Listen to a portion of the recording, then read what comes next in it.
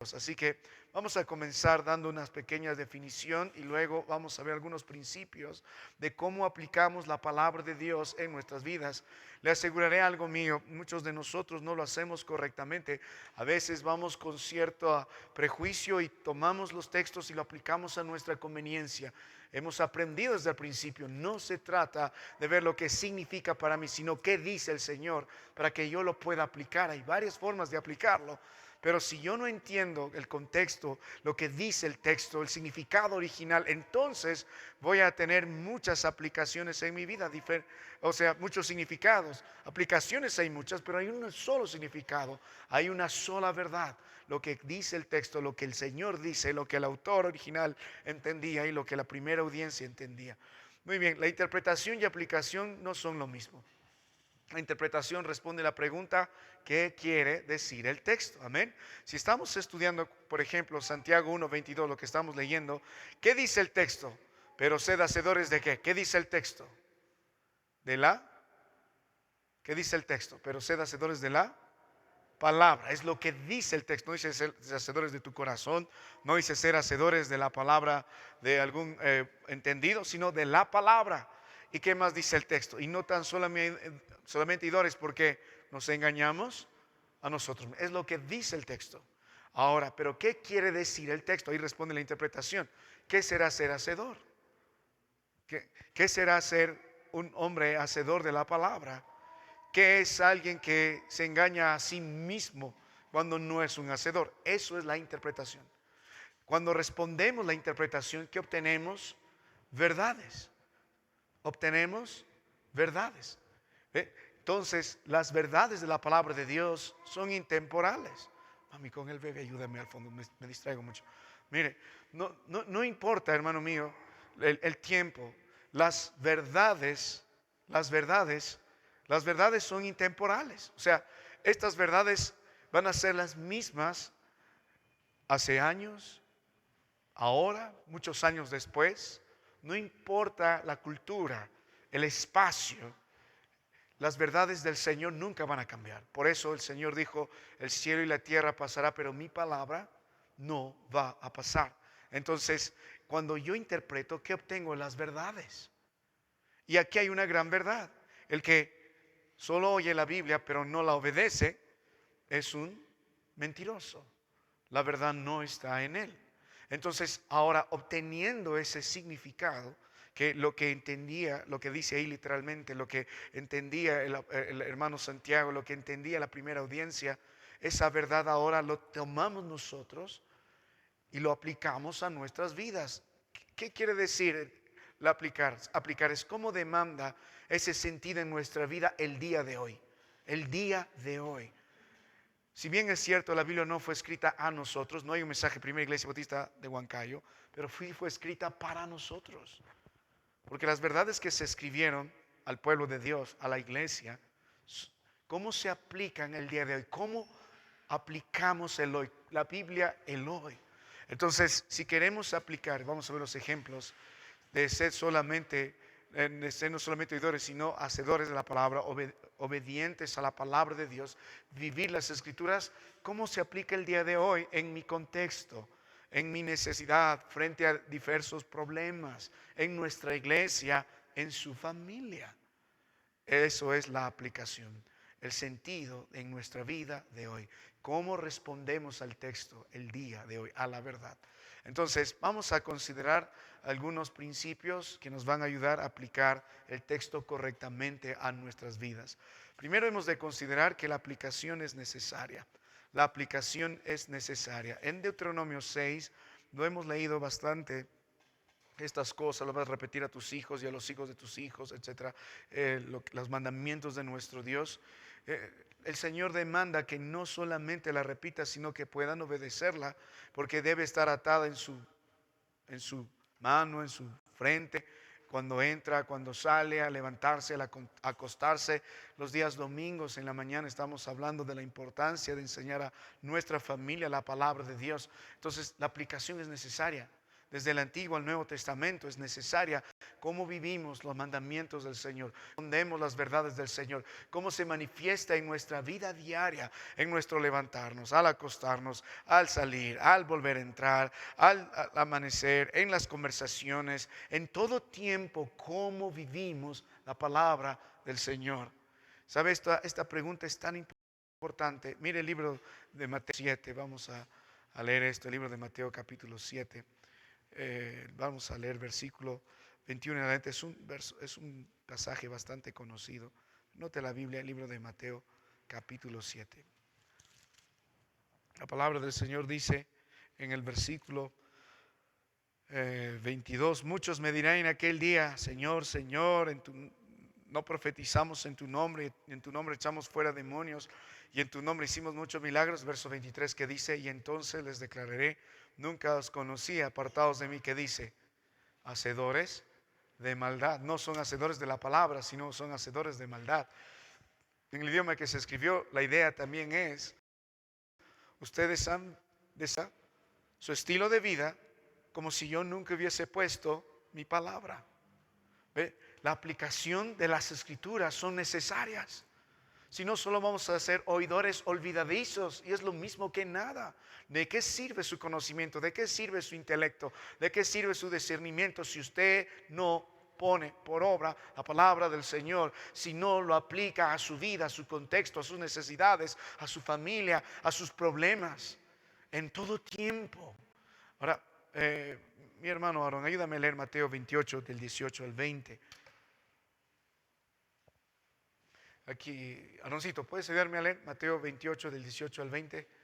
Abre la puerta, ¿no? Aquí estamos viendo la gran comisión, ¿no es cierto? Adelante, mi hermano. Mateo 28 del 18 al 20. Estamos leyendo la gran comisión. Y en la gran comisión, una de las estatutos, la principal es hacer discípulos. Ese es el énfasis de la gran comisión. Para eso vamos, pero mire qué más estipula el Señor al cumplir la gran comisión. Léelo, hermano, Mateo 28 del 18 al 20. Jesús se acercó y les habló diciendo, toda potestad me es dada en el cielo y en la tierra. Por tanto, id y haced discípulos a todas las naciones, bautizándolos en el nombre del Padre, y del Hijo y del Espíritu Santo, enseñándoles que guarden todas las cosas que os he mandado. Y he aquí, yo estoy con vosotros todos los días hasta el fin del mundo. No solo que sepan, sino que guarden. Si la palabra de Dios no es en nuestra vida transformadora, solo tenemos oídos. El mensaje del Señor no solo es enseñar conocimiento, la meta del discipulado, porque es la misión principal, el propósito principal de la gran comisión, es la obediencia a la palabra de Dios, es la obediencia a las escrituras. Hermano, nosotros podemos jactar de ser cristianos, podemos recomendar a otros a sus problemas, tenemos opiniones bíblicas sobre cualquier circunstancia y somos muy buenos para proferirlo. Lo primero que usted tiene que ver es si usted es obediente o no a la palabra de Dios. Si usted corresponde al mensaje de las escrituras, si la Biblia es la realidad en su vida, si la Biblia es la autoridad en su vida, si usted de veras sabe responder bíblicamente, si puede aplicar la palabra de Dios en su vida diaria, en las decisiones de negocio, en las decisiones en la familia, en inversiones, en problemas, en enemistades. ¿Qué dice el Señor? Si no es un oidor olvidadizo y es un problema, puede ser que no sea un verdadero creyente, pero la meta nuestra al estudiar la Biblia es obedecerla. Es obedecerla. Usted puede venir, puede escuchar, puede ser mejor intelectualmente, responder las preguntas, pero si no obedece la palabra del Señor, de nada le sirve. Esa es la meta, la aplicación es necesaria. Bueno, también hemos de considerar que la aplicación está implícita en cada texto. O sea, todo el texto va a comunicar siempre una verdad que va a demandar siempre una respuesta. Siempre, aunque usted no sea muy erudito en estudiar el hebreo, etcétera, pero las verdades están fluyendo en los textos y la aplicación es implícita. El corazón del creyente responde naturalmente al desafío que presenta el texto a través de una verdad. Mire, en Juan 14:6, ¿qué dice la Biblia? Lo sabemos de memoria. Yo soy el camino, la verdad y la vida. ¿Qué dice? Nadie viene al Padre si no es por mí. Inmediatamente nosotros entendemos esto ¿Cómo respondemos nosotros a esta verdad? La verdad está clara, bien clara, no tenemos que profundizar en el idioma. Jesús dijo, yo soy ¿qué? El camino, la verdad y la vida. Nadie viene al Padre si no es por mí. Jesús es el único camino para el Padre. No hay otro mediador porque Él es el camino, es la verdad y la vida. ¿Cómo corresponde nuestra vida a ese texto? Significa que mi salvación en el Señor Jesucristo está exclusivamente en Él. No en mi obra, no en la obra humana, no en ningún otro camino, no hay otra verdad, no hay otra vida, no hay otro medio, solamente Cristo Jesús. Entonces el texto desafía a examinar dónde está mi fe. La aplicación en cada texto es implícita porque la palabra de Dios está llena de verdades. No hay una parte que no se puede aplicar. ¿Por qué razón? Porque la palabra de Dios nos enseña que toda la Biblia es inspirada por el Señor y es suficiente porque es útil para enseñar, para corregir, para redarguir, para instruir en justicia, a fin de que el hombre de Dios sea enteramente preparado para toda buena obra. Entonces lo que encontramos son verdades. Hay verdades directamente establecidas como ahora. Hay verdades que vamos a tener que estudiar y extraerlas, sobre todo cuando hablamos en otros libros de la Biblia que no están directamente a la iglesia, como la ley en el Antiguo Testamento, libros narrativos que describen y no prescriben, etcétera. Pero las verdades están por todas las escrituras, en todos los versos. Ahora, mire el libro de 1 de Juan, capítulo 1, en el versículo 9. ¿Quién lo sabe de memoria? Si confesamos nuestros pecados, ¿qué? Él es fiel y justo para perdonarnos y limpiarnos de alguna maldad, de toda maldad. La verdad está clara. En el contexto de Primera de Juan, si somos verdaderos creyentes, entonces estas evidencias deben andar. Se escribió el libro de Primera de Juan para que nuestro gozo sea cumplido. Entonces, si usted quiere tener seguridad de salvación, tiene que mirar su vida, lo que produce. Y la Biblia dice, si peca, el creyente ¿qué hace? Confiesa su pecado. No lo tapa, no lo viste religiosamente, es decir, bueno, ahora me arrepiento y después sigo pecando. No, sino lo confiesa, lo reconoce delante de Dios y tiene la confianza de que Dios le va a perdonar. El Señor ya nos perdonó en la cruz del Calvario todos nuestros pecados, pero eso no significa que vamos a seguir pecando. O sea, la aplicación está directa en nuestras vidas, porque usted puede examinar un pecado que solo el Señor le puede enseñar ahora, con el que lucha mucho y él no ha confesado delante del Señor. Con esta verdad, los amigos católicos no tendrían que estar buscando curas para que sean un intermediario para que la gente se confiese en ellos, porque la Biblia dice en el Señor. Así que la aplicación es necesaria. Sin aplicación, sin obediencia a las escrituras de nuestra vida, todo lo que tenemos es una religión hueca y vacía. La aplicación está implícita en cada texto, pues las verdades fluyen en la palabra del Señor. Muy bien, ¿cuál será la diferencia? Hay dos palabras, solo son palabras, entre aplicación e implicación. Básicamente la implicación es la forma general de aplicar. Cuando usted llega a la iglesia, predicamos la palabra del Señor, amén, y aplicamos el texto a nuestro contexto en la iglesia. Por ejemplo, hemos estudiado el libro de Hechos 2, la iglesia ideal, ¿no es cierto? A partir del verso 42 en adelante, ¿cuál era el estilo de vida de la iglesia ideal? Hemos visto cómo era la primera iglesia, qué características tenía, cuáles eran sus funciones, cuál era su carácter, cuál era el impacto. Y hemos tomado los principios y ¿qué hemos hecho? Lo hemos aplicado a nuestra iglesia, a ver si practicamos lo mismo que ellos practicaban. Ellos perseveraban. ¿Perseveramos o no somos fieles? Ellos eran bíblicos porque perseveraban de doctrina. Esta iglesia persevera no en la palabra de Dios. Amén. En ese caso era doctrina de los apóstoles, todavía no estaba completa la Biblia. Nosotros sí tenemos completa la palabra del Señor, la doctrina del Señor que le dio a sus apóstoles, todo el Nuevo Testamento. Lo aplicamos a nuestra iglesia hoy. Analizamos nuestra fidelidad, analizamos lo que enseñamos, analizamos nuestra relación con la palabra de Dios, analizamos nuestro amor y lo aplicamos. Eso es implicar. Cuando predicamos de acá estamos implicando, estamos predicando para la iglesia, para las familias, pero la aplicación es muy personal. Puedo yo tomar uno que otro caso específico, pero cada uno de ustedes conoce su realidad. Cada uno de ustedes conoce su vida delante del Señor. Cada uno de ustedes responde de una forma distinta a la palabra del Señor. Eso es lo importante en las Escrituras. Cuando usted viene a la iglesia, usted tiene que aprender cómo me sirve esto en mi vida. Por eso no solo damos conocimiento, sino lo importante incluso en la predicación es la implicación y la aplicación. Pero la aplicación depende mucho de esto. Entonces la implicación es una aplicación general para todos, en todo tiempo. Y la aplicación es una aplicación personal, una decisión concreta, situada dentro de nosotros mismos para obedecer. Es la diferencia. Ahora, aquí está la parte importante en esta noche, hermano, no lo pierdas. Ahí estos son los principios o elementos de la aplicación.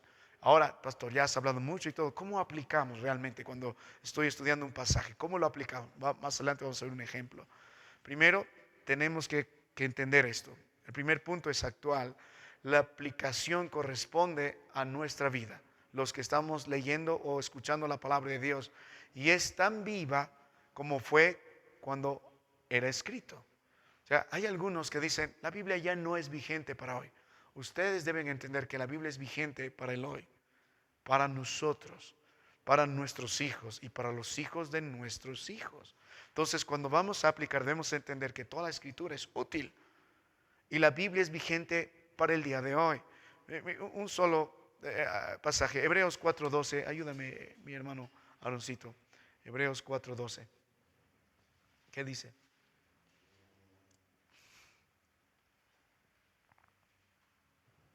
Léelo, por favor, mi hermano. La palabra de Dios es viva y eficaz y más cortante que toda espada de dos filos, y penetra hasta partir el alma y el espíritu, las coyunturas y los tuétanos, y discierne los pensamientos y las intenciones Ahora del lee corazón. 12:25, Hebreos 12:25. 12:25.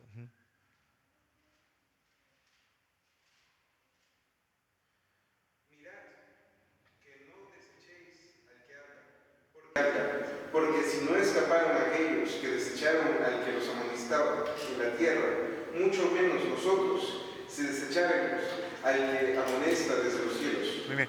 Mire, la palabra de Dios es viva y es eficaz. Sigue siendo más cortante que una espada de doble filo. Por eso predicamos. El atractivo de la iglesia es la predicación de la palabra de Dios. Mis ovejas oyen mi voz y me siguen. Y el punto de esto es aplicarlo en nuestras vidas. Es vigente hoy. Y Hebreos 12:25 nos muestra el peligro de desechar la palabra de Dios. Desata la furia del Señor. Hermano mío, usted debe mirar su vida. Mire, hemos estudiado mucho hermenéutica y tanto que vamos a repasar ahora. Pero al final del día, ¿de qué sirve todo? ¿De qué sirve que ir a la iglesia? ¿De qué sirve que abra la Biblia en su casa? ¿De qué sirve si al final del día no lo obedece? De nada sirve. Incluso cuando llegamos al libro de Tito 2 y hablamos de sana doctrina, todo el mundo habla, esto es sana doctrina. Hoy si tú no eres pretribulacionista, no es de la sana doctrina. Hoy si tú no crees, no es de la sana doctrina. Al final la sana doctrina no es un asunto de un sistema teológico, una bandera teológica, un nombre que etiqueta a la iglesia, bautista o etcétera, sino que nos enseñó la sana doctrina, la vivencia. La sana doctrina que produce hermanos sanos en la fe. Los ancianos son, las ancianas son, los jóvenes son, las señoritas son. Usted y yo vivimos la Biblia. Si no, no cree usted en sana doctrina, no vive en la sana, no respalda la palabra de Dios, no adorna su vida. Debe ser un libro abierto de la palabra de Dios en su obediencia. Entonces la Biblia es vigente para el hoy. No importa qué parte de la Biblia está leyendo, nos sirve el día de hoy. Por más que sea escrito a 3,000, 4,000 años atrás, la Biblia sigue siendo vigente al hoy. Y si usted no lo obedece, está en un peligro delante de los ojos del Señor. Ahora, otro elemento, no solo entender lo que es actual, sirve para el día de hoy, sino también contextual. Esto es parte de lo que ya hemos estudiado. Si bien es cierto, hay verdades que no puede aplicarla directamente, digamos este texto, porque las verdades son aplicables, pero hay algunos textos que no se puede aplicar directamente. Vamos a ver eso más adelante. Por ejemplo, todas las leyes en el Antiguo Testamento. El día de hoy ya no hacemos sacrificios, el día de hoy ya no tenemos esta serie de ceremonia con alguien se contagie de lepra, etcétera. No lo aplicamos directamente, pero los principios están ahí. Entonces, para ayudarnos a poner la Biblia el día de hoy, es importante entender el contexto. Una vez más, el contexto, la cultura, el tiempo, el pacto, todo lo que hemos visto, los elementos que están rodeando al texto y lo que están dentro del texto. Vamos a hacer un solo ejemplo. Tengo 3 ahí, pero vamos a hacer un solo ejemplo. Vamos a ir a Génesis 9, verso 6. Voy a pedir a otro hermano veloz que lo lea. Génesis 9:6. Libro de Génesis 9:6. Si alguien lo tiene, por favor, hermano, puede leerlo. Génesis 9. ¿Tiene algo? Léelo, hermano. El derrame sangre de hombre, por el hombre su sangre será derramada, porque a imagen de Dios es hecho el hombre. Hay una gran verdad, ¿no es cierto?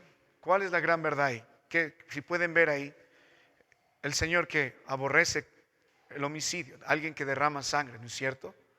¿Qué dice el Señor? El que derrama sangre debe tener en justicia un pago similar, ¿no es cierto? ¿Qué dice Génesis 6:9? A ver, léalo bien, hermano mío. Génesis capítulo 6, verso 9. Es uno de los pasajes que muchos dicen, no, ya no es vigente el día de hoy. Pero debe entender algo, hermano. Génesis 6, 9. 9, 6, perdón, 9, 6. Perdón, hermano, es 9, 6.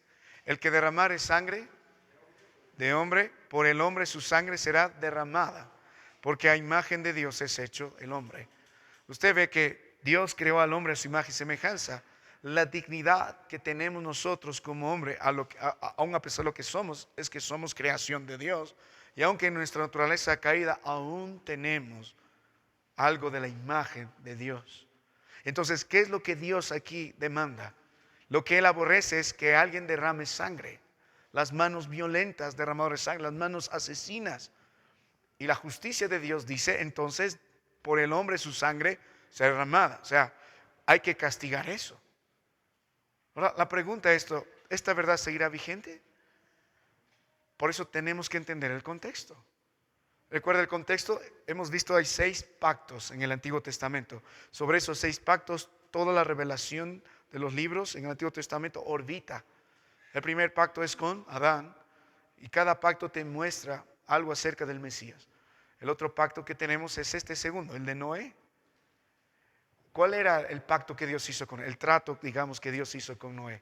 Era incondicional porque Dios lo hizo sobre sí mismo. Dios derramó juicio, ¿no? Agua sobre los hombres y solo salvó a Noé y su familia en el arca que apuntaba a Cristo, porque la maldad en el corazón del hombre era de continuo. Hombres sanguinarios, hombres violentos. Entonces Dios dijo, los voy a raer de la tierra. Y en el trato que Dios hizo, por eso tenemos el arco iris como señal de ello, prometió que nunca más va a destruir a la humanidad con agua. ¿El Señor canceló o no canceló su trato? Su trato sigue vigente con la humanidad. Preservar a la humanidad a través de Noé, porque de ahí va a venir Jesucristo, el Redentor de la humanidad. Aún ve la misericordia de Dios dentro de la ira de Dios. Y la verdad sigue vigente. La verdad sigue vigente. Dios va a pedir a la justicia, y lea el libro de Romanos 13, que lidie con los hombres sanguinarios. Por eso tenemos en las Escrituras, podemos ver que la autoridad tiene la espada para premiar al que hace lo correcto y castigar al que hace lo malo. Y tenemos autoridades acá. Hermano, esta verdad, Dios sigue aborreciendo al violento y debe ser castigado con la autoridad. No puede ser impune. Ese principio no. En Estados Unidos, por ejemplo, aplican pena de muerte para ciertos hombres que matan a otros. Pueden tomar este principio porque le ha dado la autoridad a los hombres. Ahora, ve, es importante entender el contexto. Hay un principio que por ahí, Dios aborrece la mano derramadora de sangre. Y Dios va a delegar instrumentos como la autoridad humana para castigar eso. Y, mire, ahora vamos a otro principio. 1 Timoteo 2, otro pasaje. Vamos a leerlo rápido, el verso 9 al verso 14. Hemos visto uno del antiguo, uno del nuevo. 1 Timoteo 2, del verso 9 al verso 14. Hermano Rosito, si lo tienes, sería una tremenda bendición si lo leyeras rápido. Asimismo, que las mujeres se atarían de ropa decorosa, con pudor y modestia, no con peinados ventosos, ni oro, ni perlas, ni vestidos costosos, sino con buenas obras, como corresponde a mujeres que profesan piedad. La mujer aprende el silencio con toda sujeción, porque no permito a la mujer enseñar ni ejercer dominio sobre el hombre, sino estar en silencio. Porque Adán fue formado primero, después Eva, y Adán no fue engañado, sino que la mujer siempre engañada incurrió en transgresión. Directamente a la iglesia, ¿no es cierto? la palabra del Señor está corrigiendo a través del apóstol Pablo a Timoteo, que tiene que aplicar esto en la iglesia en Éfeso, ciertos problemas de las conductas de las hermanas en la iglesia. Hay algunas hermanas que están queriendo llamar la atención en la iglesia, creen que la iglesia es un desfile de modas, pero hay un escaparate para lucir sus peinados ostentosos y todo eso. Entonces tiene que corregirse eso, y lo hace a través de la palabra del Señor, y nos da un gran principio en la conducta de la mujer, en la apariencia de la mujer, claramente. Entonces, tanto la conducta interna debe evidenciarse externamente. Y una de las verdades que está explicando es cómo debe vestirse, porque es el reflejo interior. Ahora, nuestra cultura, a la cultura de estos días, hablemos de la cultura en Éfeso, en la cultura greco-romana, es muy diferente a nuestra cultura, ¿no es cierto? En cuanto a la vestimenta, no nos vestimos como hace 2000 años en Éfeso, o en Roma, o en Grecia, ni nosotros varones, ni nosotras mujeres, pero el principio sigue vigente. Hay hermanas que se llaman pastoras, si es pastora, hasta da miedo decir que es hermana, pero que, ¿por qué estás predicando en la iglesia? No, es que ese mensaje fue para esa cultura, para ese entonces, no se aplica para nosotras el día de hoy. Podemos vestir como queramos y podemos enseñar la Biblia y podemos ejercer el rol de pastora, misionera y lo que quieras. La verdad no va a cambiar. El término modestia se aplica también o no a nuestra cultura de hoy. Podemos vestirnos de una forma sensual, provocativa, llamativa, o modestamente, que nuestra vestimenta apunte honra y gloria al Señor. El hecho de caer en la iglesia es directamente en la iglesia, y lo ves en toda la Biblia. Hombre y mujer, dos roles diferentes, no importa en qué tiempo, en qué espacio, pero en la familia es diferente y también en la iglesia es diferente. Lo era diferente en el pueblo de Dios también. En la cultura de aquellos días, ni la mujer siquiera era invitada a escuchar la Biblia. Por eso el Señor hace la invitación que las hermanas también vengan y escuchen la palabra de Dios. Sí, doy gracias al Señor porque la palabra de Dios y las verdades van, pero es importante mantener los contextos, lo que está afuera, lo que está dentro del texto, las verdades fluyen. Muy bien, vamos a un tercer punto. Mire, los elementos de la aplicación, actual es contextual, pero también es fundamentada, es decir, está ligada estrechamente a lo que hemos estado diciendo, a un principio del texto. O sea, no puedo yo aplicar algo que me parece, yo tengo que extraer la verdad. Mire, un ejemplo, primera de Corintios 6:12. Vamos a hacer un ejemplo ahí. A mí me gusta ese pasaje. Vamos a pedir a Aaroncito o cualquiera que lo lea rápido. Primera de Corintios 6:12.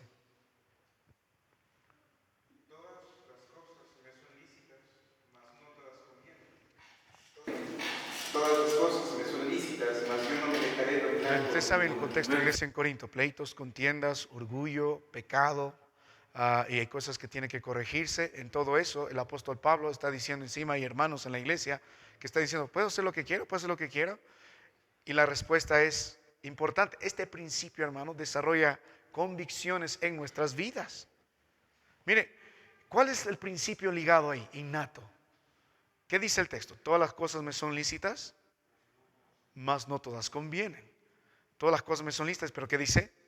Mas yo no me dejaré dominar de ninguna. En 1 Corintios 10 va a decir algo parecido también, no todo edifica. Ahora, el punto aquí, hermano mío, no solo es, pastor, ¿está bien? Pastor, ¿está mal? Hay cosas que uno no puede responder. A ver, pastor, ¿puedo ir a una discoteca o no puedo ir a una discoteca? Pastor, ¿puedo estar con este chico o no puedo estar con este chico? ¿Puedo fumar o no puedo fumar? ¿Puede ser este trabajo o puede ser este otro trabajo? Siempre estamos en nuestra vida diaria tratando de enfrentar la vida así. ¿Y dónde va a estar la respuesta? En los principios de la palabra de Dios. No solo si está bien o está mal. Hay mandamientos que son obvios. Por ejemplo, no adulterarás. Pastor, ¿está bien? Si vienes con ese juego, obviamente no. Dios aborrece al borracho. Ningún borracho debe en los cielos. Amén. Eso está claro. Como lo hemos visto en Génesis 9:6 también. Lo hemos visto claramente. Dios aborrece al que derrama sangre y va a hacer que pague por eso con la autoridad que Dios delega a los hombres. Ahora, el punto está aquí. En estas circunstancias de nuestra vida diaria, el principio está ahí. La pregunta debe serse entonces si conviene o no conviene, si edifica o no edifica, si glorifica a Dios o no glorifica a Dios, si me causa dominio o no me causa dominio. Ponga el principio y desarrolle su convicción en cualquier asunto. Por ejemplo, si debo ir a la discoteca o no. La pregunta sería, ¿conviene o no conviene? ¿Edifica o no edifica? ¿Glorifica al Señor o no glorifica al Señor? ¿Me causa dominio o no me causa dominio? Ese es el punto. ¿Ve? Nuestra aplicación siempre debe estar fundamentada en algún principio bíblico. Siempre. Y cada uno de ustedes, en función de los principios, las verdades de la palabra de Dios, debe desarrollar sus propias convicciones. Por ejemplo, hay padres que no quieren que tengan televisores sus hijos en sus cuartos. Otros que no tengan celulares hasta cierta edad. Y yo no voy a predicar de aquí y decir, no tengan televisores sus hijos en sus cuartos, o el televisor es del diablo, o los dispositivos, porque no voy a satanizar eso, depende cómo lo usas. Usted desarrollará sus convicciones, conoce a sus hijos, conoce su corazón y dirá, no, a mi hijo no conviene que tenga un televisor en su cuarto por ahora. O dirá, sí, yo creo que sí, lo usará. ¿Ve? ¿Se da cuenta? En su vida diaria aplique la palabra de Dios, pero debe tener principios. Lo que debe enseñar a su familia son los principios. El Salmo 119:9 dice, ¿con qué limpiar el joven su camino? Con guardar su palabra. Y ese es el salmo por excelencia de la palabra de Dios. Los beneficios de la Biblia. Estos jóvenes que están llenos de la palabra de Dios, llenos de las verdades de la palabra de Dios, van a ser guardados por estas verdades. Aparecerá un chico que aparentemente le agrada a ella y parece ser cristiano, ¿no? Entonces tomará la Biblia y pondrá a prueba a este joven. De pronto dice, no, hagamos las cosas detrás de tus padres, o no tienes que ir a la iglesia. Pero le amo, pastor, pero no es de bendición, no edifica. Entonces toma el principio y dice, esto no es del Señor. Muy bien. Ahora, hay algo que debemos ver. El cuarto elemento es variada. La aplicación es variada. Hay un solo significado, no hay varios significados. A veces cuando leemos la Biblia en casa, ¿qué significa esto para ti? No, la pregunta está mal hecha porque hay un solo significado. Y el significado no está a la luz del lector. El significado está en lo que la palabra de Dios lo ha expresado, como el Señor lo ha expresado, como el autor lo entendía y como la primera audiencia lo entendía. Hay un solo significado, pero hay múltiples aplicaciones en nuestra vida diaria. Hay muchas aplicaciones en nuestra vida diaria. Vamos a seguir avanzando. Hay algunos versículos que nos ayudarán a eso. Y hemos hecho ya en 1 Corintios 6:12 ejemplos de cómo podemos aplicarlo de diferente forma en nuestras vidas. Vamos a ver un elemento más de la aplicación. El tema que sea coherente. Es decir, las reglas de la hermenéutica que estamos estudiando deben ser aplicadas invariablemente a todo pasaje. O sea, no puedo tomar una aplicación diferente. O sea, no puedo yo, digamos, en el Antiguo Testamento interpretarlo así y el Nuevo Testamento interpretarlo de otra forma, o este otro pasaje interpretarlo de otra forma. No. Las mismas reglas de la interpretación va para toda la Biblia. Los mismos principios deben usarse para toda la Biblia. Amén. Entonces, nuestra aplicación debe ser coherente. ¿Y cuándo será coherente? Cuando nuestra interpretación es coherente, está siendo aplicada de la misma forma en toda la palabra del Señor. Hay que tener mucho cuidado, hermano mío, porque somos especialistas en tomar algunas cosas que nos conviene y desechar otras cosas que no nos conviene. Por ejemplo, en Jeremías 29:11, esto es lo que muchos van a tomar para sí, y lo demás, no, eso no es para mí. Mire, Jeremías 29:11. Aaron, puedes leerlo, hermano. Jeremías 29:11. Porque yo sé los pensamientos que tengo acerca de vosotros, dice Jehová, pensamientos de paz, no de mal, para daros el fin que esperáis. Hablando a su pueblo. Amén. Gracias al Señor. Sobre mí, bendiciones de paz. Ahora, ¿qué dice Jeremías 4:7?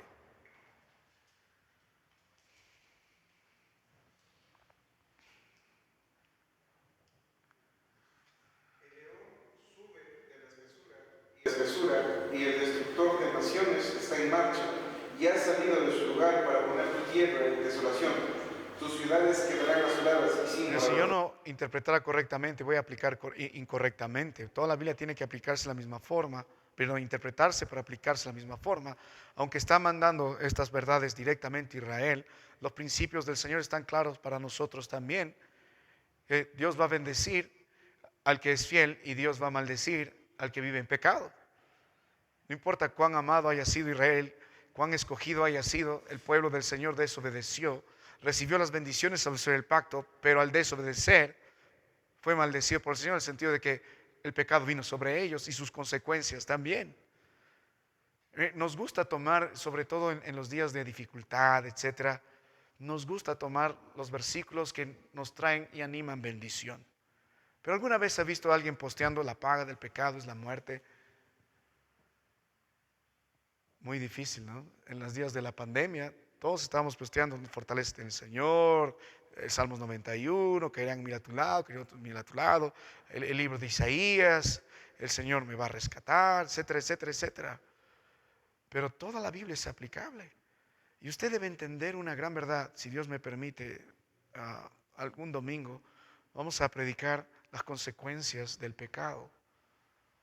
La paga del pecado sigue siendo muerte. Solo en referencia, si usted lee el libro de 2 Samuel capítulo 12, cuando Natán muestra a David su pecaminosa conducta, porque él lo negó, mientras le cuenta la historia de la oveja, etcétera, que un hombre tenía una oveja y vino otro que tenía más y quitó la única que dijo. Y David, ¿qué dijo en su respuesta enojada?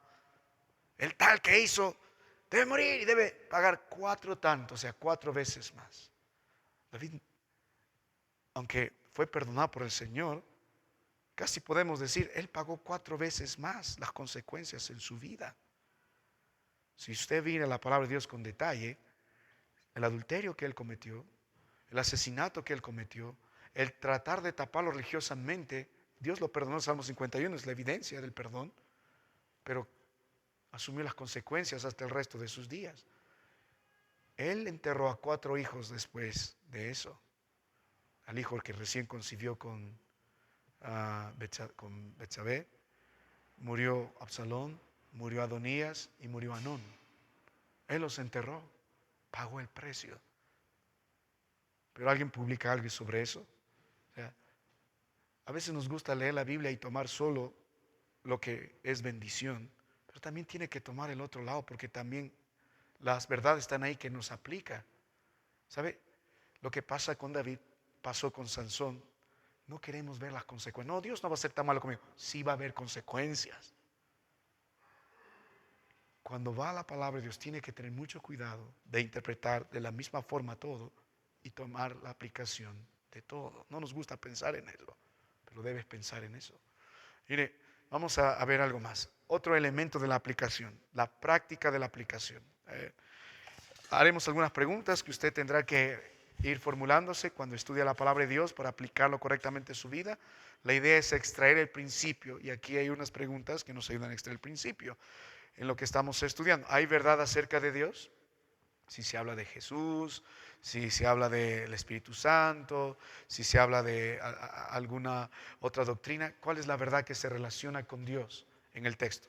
Segundo, ¿hay verdad acerca de otras doctrinas?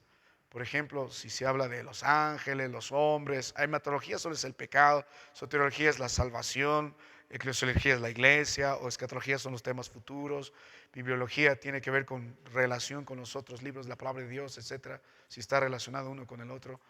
Bueno, tiene que preguntarse, cuando va a extraer la aplicación, ¿qué se dice del Señor?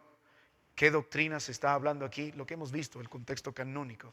Ahora, más abajo, hay mandatos, hay promesas, hay buenos ejemplos a seguir, malos ejemplos a evitar, hay error a rechazar, y pueden formularse usted a medida que estudia más preguntas que le ayuden a dar luz a entender el principio, la verdad que está implícita en cada texto de la palabra del Señor. Muy bien, ahora dentro de la práctica y la aplicación, en segundo lugar tenemos que cuidar que hay aplicaciones que son necesarias y otras que son buenas. Solo por un ejemplo, si usted lee, por ejemplo, el libro de Juan, 1 Juan 3:11, libro 1 Juan 3:11, la Biblia dice, amémonos los unos a los otros. A ver, léelo, Aaroncito, por favor, 1 Juan 3:11. Porque este es el mensaje que habéis oído desde el principio, que nos amemos unos a Ya. Mire, una buena aplicación sería si hay un hermano en cierta necesidad y el Señor me lo muestra, por ejemplo, está enfermo o está en otro lugar, o hay hermanos, vamos a suponer, en una misión nuestra, han sufrido, no sé, un ataque de robo, qué sé yo, y están, en la pandemia, están enfermos, en necesidad. Algo bueno sería, ¿no es cierto?, usando este versículo, si yo de veras amo a mi hermano, ¿qué voy a hacer? Según el libro de Santiago, tengo que ir a auxiliarle con lo que el Señor me permite hacer. Si ves a tu hermano y tenía necesidad y le anda ve y hace esto y no haces nada por ello, tu fe es vana. Entonces, si le amo en el Señor, debo evidenciarlo con hechos. Entonces, voy a tratar de suplir las necesidades de mi hermano con lo que puedo. Amén. Ya. Pero hay una aplicación que es necesaria. Cuando un hermano, por ejemplo, en nuestra propia congregación, no solo un hermano tan lejano o una misión tan lejana, sino, por ejemplo, no tiene dinero o ni siquiera para comprar un pan o ha sufrido un gran robo o de repente se quemó su casa. Ahora sí estoy en la obligación de ayudarle porque me ha mostrado el Señor la necesidad de mi hermano. Entonces, si quiero aplicar correctamente la palabra de Dios, debo obedecerle. Esta aplicación es necesaria. Mire el libro de Santiago 2, del 15 al 6. Aaron, ayúdame, hermano. Perdóname que te pida a ti, pero tú buscas rápido. El libro de Santiago 2, del 15 al 16. Y si un hermano o hermana están desnudos y tienen necesidad del mantenimiento de cada día, y alguno de vosotros les dice, id en paz, calentados y saciados, pero no les dais las cosas que son necesarias para el cuerpo, ¿de qué aprovecha? Hay una aplicación buena y otra necesaria. Si el Señor en su gracia nos muestra un hermano de nuestra iglesia, así que vamos a hacer, vamos a ser indiferentes. Para nosotros la aplicación es necesaria, tenemos que obedecer esto. Ahora estaba hablando con el hermano Shenki y allá en Nigeria hay mucha necesidad. Qué difícil que vayamos hasta allá, si alguien quiere, amén, y ayude a los hermanos en lo que pueda allá en el Señor a suplir sus necesidades. Eso sería una buena aplicación, amén, si hay un deseo, amén. Pero una aplicación necesaria, inmediata, es cuando Dios te pone el asunto para obedecerlo. Y hemos hecho un ejemplo con Juan, con 1 Juan 3 del 11, pero hay varios otros ejemplos en la palabra del Señor que usted puede meditar. Hay aplicaciones en la vida que son necesarias, que debemos responder hoy al texto. Hoy. Recuerda cuando Moisés bajó y el pueblo del Señor estaba jugando por culpa de Aarón porque lo había previsto y alabando al Señor con un becerro de oro y en toda su inmoralidad y en todas sus fiestas. Moisés llegó, destruyó las piedras de donde estaba la ley del Señor y dijo, ¿quién está por Jehová? Júntese conmigo hoy. Tenías que responder, esto aborrece al Señor, tenemos que arrepentirnos y ponernos del lado del Señor hoy. Hermano, usted va a dar cuenta al Señor por lo que tenía que hacer hoy en la palabra de Dios. ¿Qué le mostró hoy el Señor? Si Dios le dijo perdonar, debe perdonar hoy. Si Dios le dijo amar, debe amar hoy. Si Dios dijo ser santo, debe ser santo hoy. Hoy. Vamos a mirar algo más. Aquí hay dos ejemplos. Vamos a tomar uno nomás por razón de tiempo y ya nos falta poco. Mire, ¿cómo interpretaría usted esto y cómo lo aplicaría en su vida el día de hoy? Salmo 137, 9. Vamos, Aarón, ayúdame, hermano. Salmo 137, 9. Estamos en la clase de la aplicación. Hemos llegado al punto. ¿Qué dice? Dichoso el que tomare y estrellare tus niños contra la peña. Vamos a ver aquí la diferencia entre interpretación y aplicación. En la interpretación que obtenemos el principio bíblico. ¿Y qué es lo que se aplica? El principio bíblico. ¿Qué dice el verso 9? Dichoso el que estrellare tus hijos contra la peña. ¿Cómo lo aplicamos el día de hoy? Voy a ir por ahí tomando a los niños de mi enemigo y los voy a estrellar contra la pared. ¿Y cómo puede ser útil eso en mi vida el día de hoy? Amén. El contexto es un salmo imprecatorio. El contexto, el Salmo 137, el pueblo de Dios está exiliado por su pecado. Y Dios usó a Babilonia para hacer eso. Y están llorando junto a los ríos de Babilonia y están reconociendo sus iniquidades. Pero luego en el verso anterior, el verso 8, no, léelo el verso 8, Aaroncito, por favor. Hija de Babilonia la desolada, bienaventurado el que Bienaventurado y bienaventurado. Ese mismo bienaventurado es bienaventurado el varón de Salmos 1, mismo bienaventurado, es decir, feliz, dichoso. Pero ¿qué está hablando en el verso 9? El verso 8 que nos da un gran principio que incluye el verso 9. La justicia de Dios sobre los enemigos de ellos. Entonces, el principio es Dios es justo y va a juzgar la maldad y el pueblo de Dios puede clamar por esa justicia.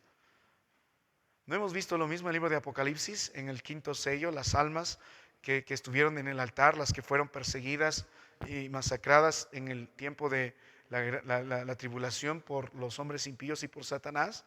¿Qué desata el sexto y séptimo sello? El clamor por la justicia y la venganza de Dios. El principio está ahí. Entonces el verso 9 es parte de eso. No es algo aislado, sino está diciendo lo mismo, Señor. En aquellos días el término golpear tus niños contra la pared involucraba la destrucción de una nación por completo.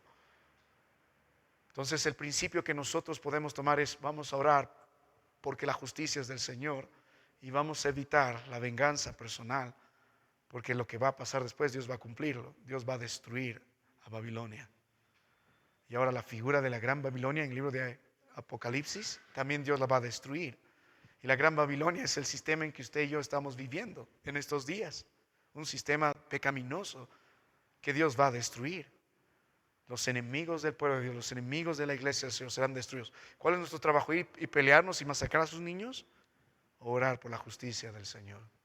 ¿Ves? Ese es el punto. Vamos con un pasaje más. Libro de Colosenses 2:16. Aaron, léelo por favor, hasta el verso 17. Tenemos que distinguir la interpretación y la aplicación. En la interpretación tengo el principio y es lo que yo lo aplico. Hay pasajes que directamente se aplican porque el principio está claro. Pero ahora, ¿qué dice Colosenses 2:16? Por tanto, nadie os juzgue en comida o en bebida, o en cuanto a días de fiesta, luna nueva o días de reposo. Del 16 al 17. Del 16 al 17. Todo lo cual es sombra de lo que ha de venir, pero el cuerpo es de ¿Cuál es el Cristo. principio ahí? ¿Cuál es el En principio? aquellos días están tratando de judaizar a muchos. Tienes que celebrar las fiestas de los judíos, tienes que guardar los sábados, tienes que no comer esto, si tienes que comer esto, conforme a la ley. Pero ahora en Cristo Jesús ya no tenemos eso. ¿El principio qué es?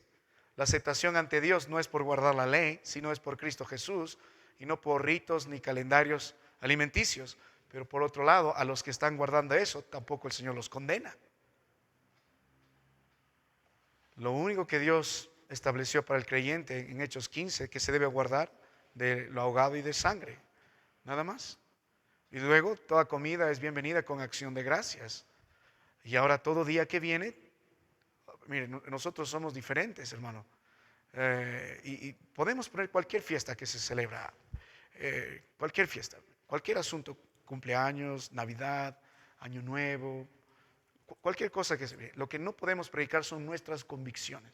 Lo que debemos predicar son las verdades de la palabra de Dios. Y usted tendrá que tomar sus convicciones y ver qué celebra y qué no celebra. Mire, no podemos poner reglas ceremoniales como condición de santidad. Tampoco observancias voluntarias no deben convertirse en criterios de juicio. Y tenemos que centrar la piedad, la fe, todo en obediencia a Cristo Jesús, quien debe ser siempre glorificado, aún en nuestra iglesia. Por ejemplo, podemos hablar de cualquiera. Estamos en la festividad que llega en Navidad. Si lo hacemos para la gloria del Señor, no está mal. Ahora, si nosotros ponemos el énfasis en el consumismo y voy a traer a Papá Noel y vamos a tratar de poner el énfasis en eso, la gloria ya es quitada al Señor. Entonces, mire, el punto es que nosotros somos aceptos no por comer esto o por comer lo otro o por guardar esto, sino en Cristo Jesús.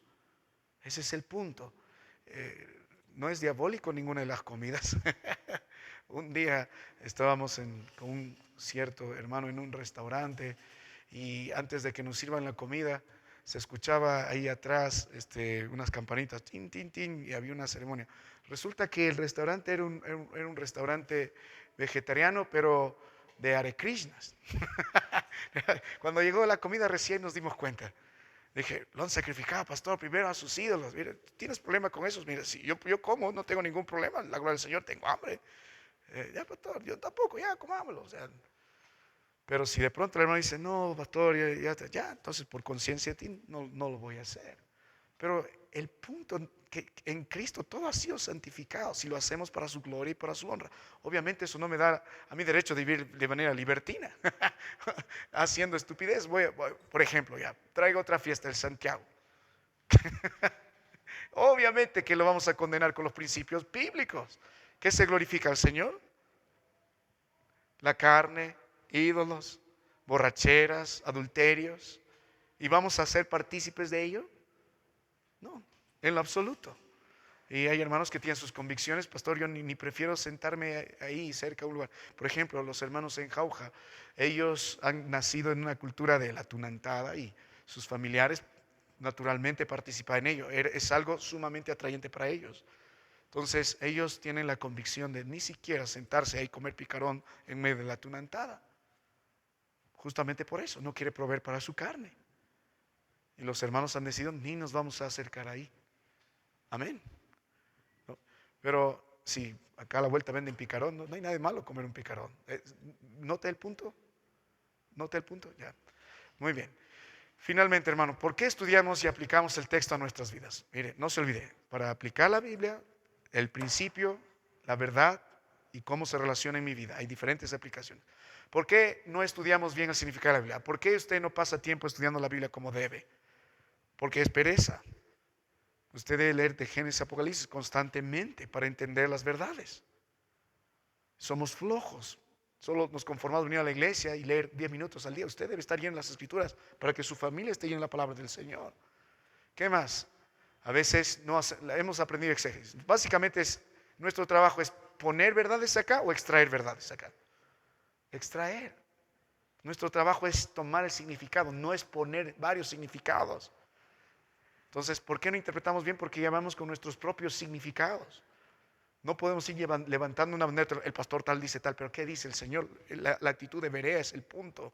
Todo hemos estudiado para que usted sea como un hermano de Berea. No importa si el apóstol Pablo está predicando, vamos a ver la escritura, a ver si es conforme.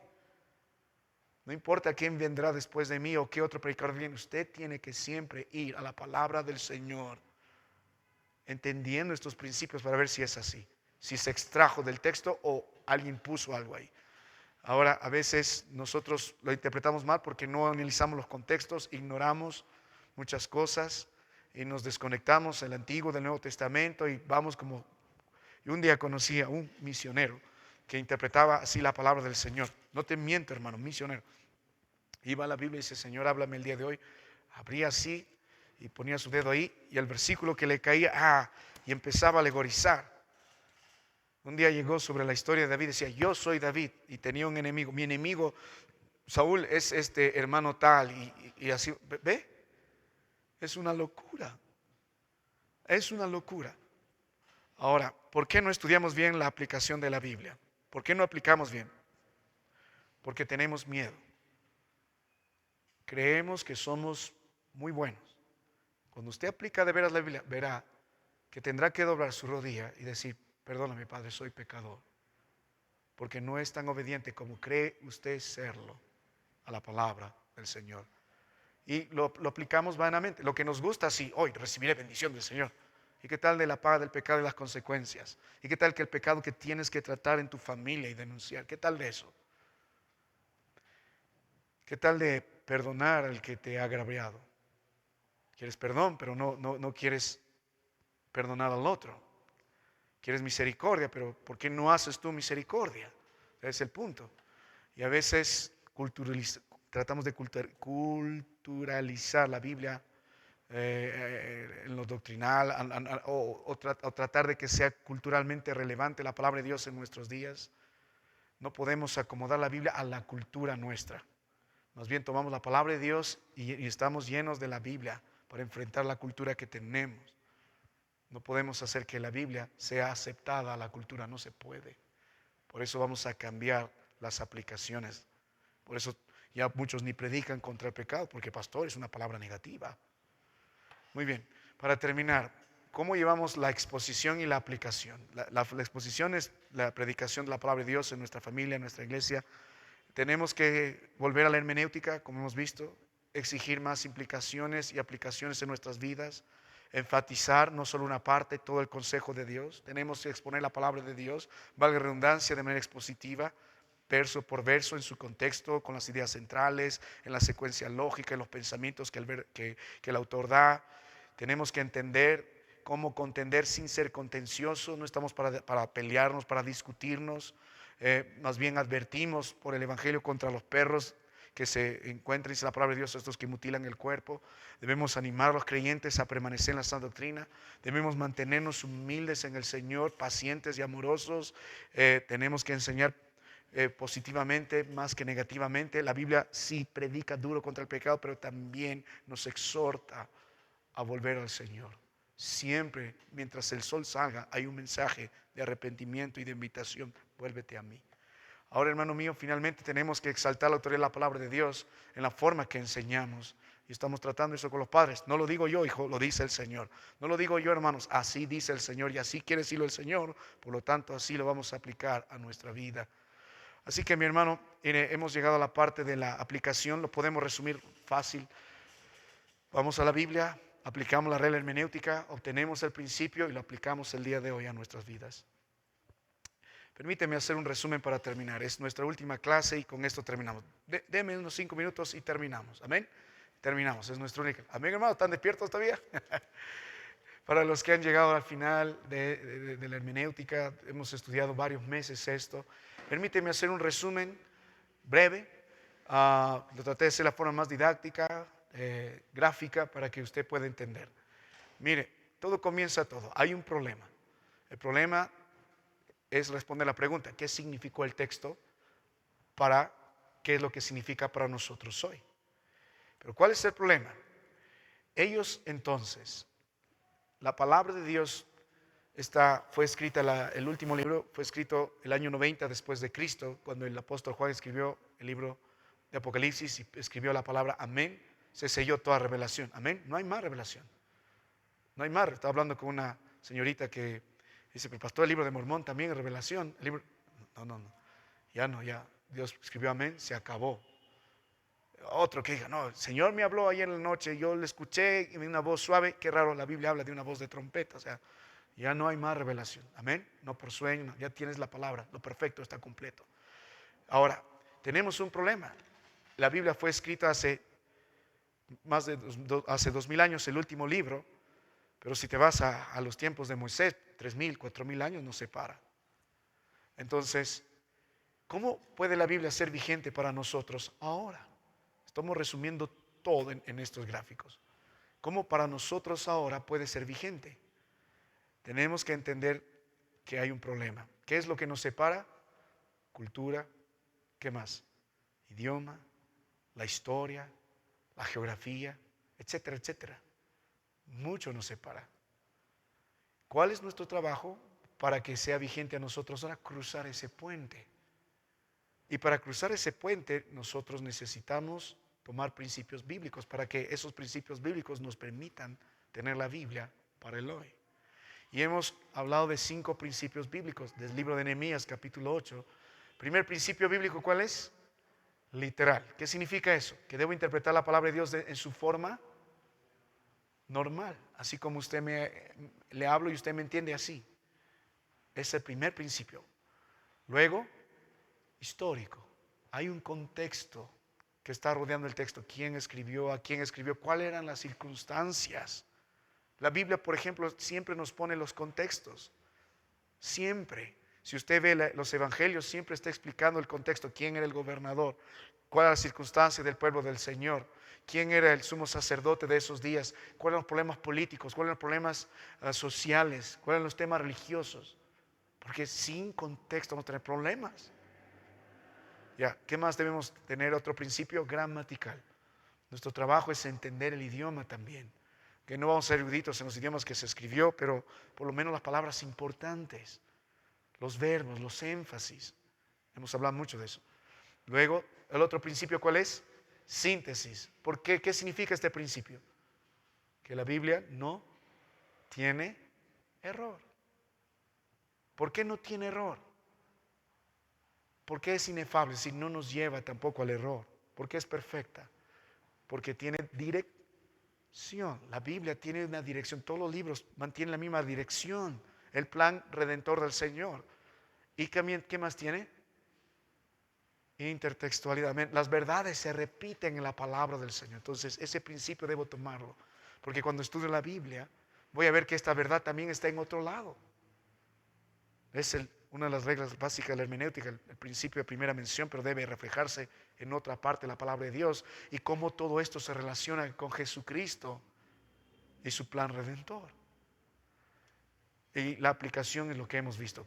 Así llegamos al día de hoy. Ahora, permíteme mostrarle lo que no se debe hacer. Ahí estamos nosotros ahora, el texto y ellos entonces. Lo que no se puede hacer es esto, ir directo a eso. Tratando de poner ejemplos, como les dije de este hermano, a ver, esto puede ser esto puede ser lo otro, esto creo que significa esto, o moralizando, o sea, solo tomando la Biblia como temas morales o sacando algún tipo de moraleja o tomarlo a ver cómo lo puede involucrar en mi vida. No puede hacer algo así. Va a poner significados que no están en la Biblia. Como le dije de este hermano que pone su dedo ahí, y aquí está Saúl, seguro el hermano que es mi enemigo, ese es Saúl. Y yo soy David, como Jesucristo. Y ¿ves? Es un problema. Cuando usted enseña la palabra de Dios en su casa, si usted es el varón, antes de abrir la Biblia con su familia, usted debió haber pasado tiempo meditando en todas estas verdades para enseñar a su familia los principios, las verdades de la Biblia y los puedan aplicar en su hogar. Ahora, vamos a ver adelante. En resumen, este cuadro resume todo. Nosotros ahora, el texto, ellos entonces. ¿Cómo llegamos hacia el texto? Primero nos preguntamos, todos estos principios bíblicos los tenemos que aplicar, ¿no es cierto? Y hemos desarrollado 4 procesos para aplicar todo esto. Primero nos preguntamos, cuando vamos a la Biblia, ¿dónde está el texto para cruzar ese puente? Eso nos define el estudiar el contexto. Luego, ¿qué nos preguntamos del texto para ellos entonces? ¿Qué dice el texto? Estudiamos al detalle las palabras, los verbos, ¿qué dice el texto? No vamos a poner algo que no dice el texto.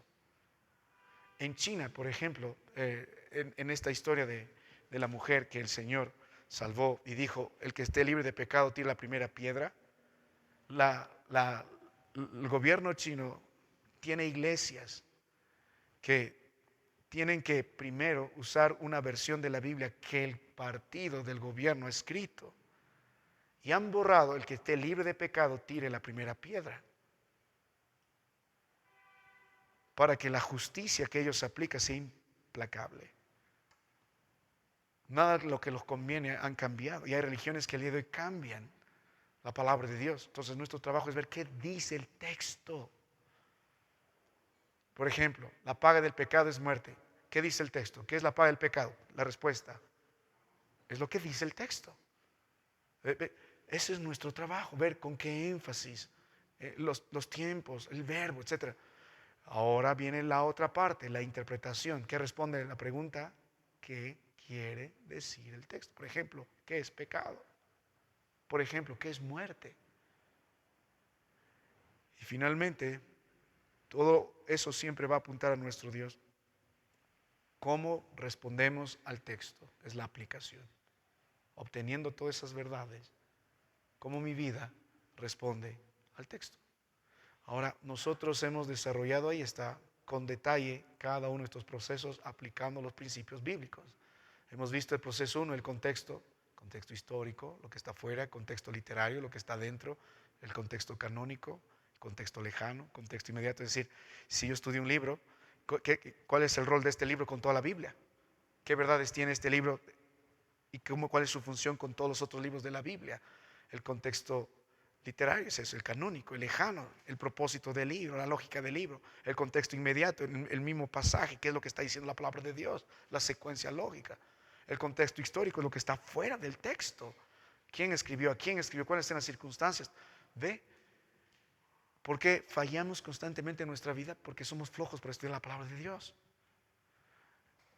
Y esto es, hermano, nuestro trabajo. Mire, la palabra de Dios dice que debemos ser diligentes en esto. Si no lo estamos haciendo, vamos a tener problemas. El punto 2 es qué dice el texto, es la observación. Preguntamos al texto, hacemos nuestro análisis gramatical con los detalles ahí. El punto 3, ¿qué quiere decir el texto? Buscamos el sentido original del texto, el sentido literal del texto, el sentido gramatical del texto. Hemos visto cómo interpretamos el Antiguo y el Nuevo Testamento, la interpretación y finalmente la aplicación. Ahí están los elementos de la aplicación y lo resumimos básicamente en tomando el principio y cómo lo aplicamos en nuestra vida. Ahora de esto se lleva la exposición, pero eso es otra clase. Así que hermanos míos, aquí hay un resumen de todo. Les agradezco los meses de paciencia de poder estudiar la hermenéutica. Voy a imprimir esto para la próxima semana. Haremos un pequeño repaso con algunos hermanos que quieran y han participado fielmente y estoy muy animado a entregar algunos certificados si pueden responder algunas de las preguntas. Y por lo menos algo queremos ver de lo que han estudiado durante la hermenéutica. Amén. Lo voy a dejar por ahora aquí. Vamos a terminar la transmisión para que no se alargue y luego